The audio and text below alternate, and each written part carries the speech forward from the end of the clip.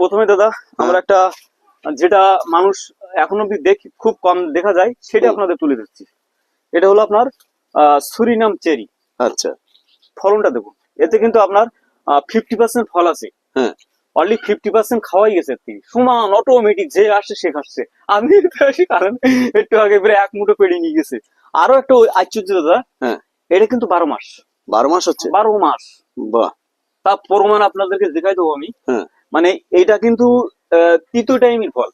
আচ্ছা, ফার্স্ট টাইমের যে ফল তার থেকে চারা, সেই ফলের সিডলিং থেকে আমি চারা করেছি প্রচুর। হ্যাঁ, সেগুলো আপনাদের তুলে ধরবো, দেখাবো। আচ্ছা, তো এটা দেখুন, ফলনটা দেখুন একটু।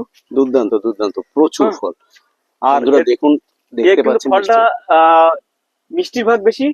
আর কালারটা দেখুন, একদম মন কেড়ে নেওয়া কালার। একদম হ্যাঁ, সুন্দর।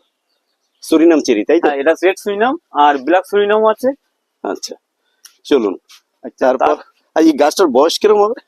এই গাছটার বয়স দাদা 3.5 বছর। 3.5 বছরের গাছে হ্যাঁ। এই হারে ফলন এসছে? আমি বসাইছি 1.5 বছর হচ্ছে মাটিতে। হুম। আর আগে মূলত টবে ছিল, আমার যখন পুরোনো বাগান ছিল যেখানে বাড়িতে, হ্যাঁ, হ্যাঁ। সেই সময়। হ্যাঁ, আচ্ছা। এতে কিন্তু আমরা কিছুই দেওয়া নেই, এটা কিন্তু সিডলিং পেলাম। এটা কিন্তু ঠিক। বীজের চারা, এগুলো গ্রাফটিং হয় না। আচ্ছা, এটা বীজের চারা? হ্যাঁ, এই বাড়ির থেকে নিয়ে আসা।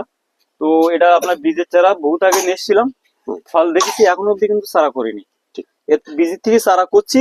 যদি বীজ চারা কারো প্রয়োজন থাকে বলতে পারেন, কোনো অসুবিধা নেই, বীজ চারা দিতে পারবো। ঠিক আছে। এখনো গ্রাফটিং দ্বারা রুট স্টক তৈরি করিনি। হুম। আর গুটি গলপ হয় কিনা এখন চেক করিনি। এবার বর্ষার সময় চেষ্টা করবো গুটি গলপ করার জন্য, পেয়ে যাবেন আপনারা। ওকে।